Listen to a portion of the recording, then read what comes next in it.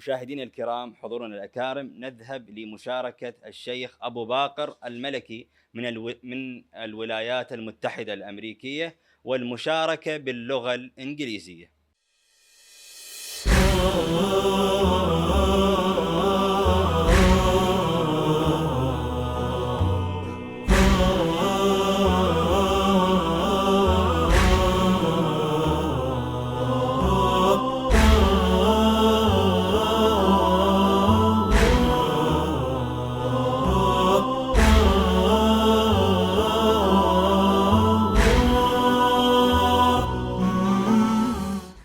السميع العليم من الشيطان الرجيم. بسم الله الرحمن الرحيم.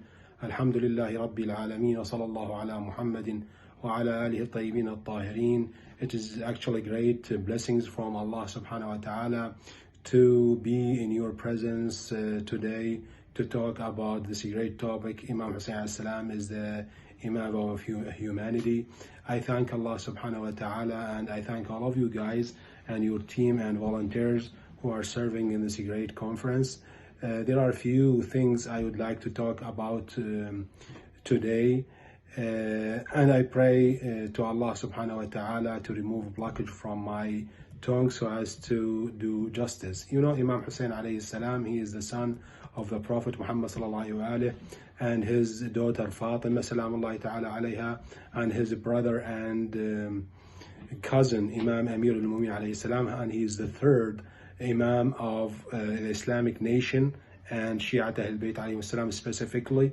We want to serve the humanity by introducing Imam Hussein alayhi salam to them, because you know we believe that in all ages and corners of world humanity always need people like Imam Hussein alayhi salam. They need like a rolling model to inspire. Imam Hussein alayhi salam is not a man that can be limited to a particular time, place, or even religion. You know, the real servants of the God, like Imam Hussein alayhi salam, are those who are absorbed by the light of the God.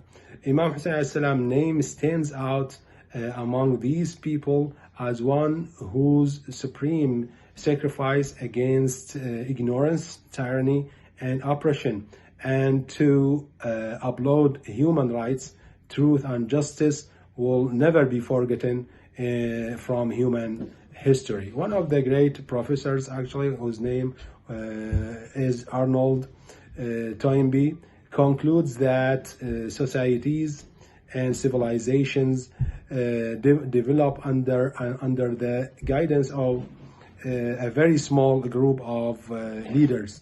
He observes that when a society deteriorates and it seems that it is beyond any hope of reform, Allah subhanahu wa ta'ala chooses to send his vicegerent, who in behavior and conduct displays his qualities and virtues. It appears to human eye as if God himself had descended on earth in the garb of a man to redeem humanity, like to give a remedy to from the darkness and chaos.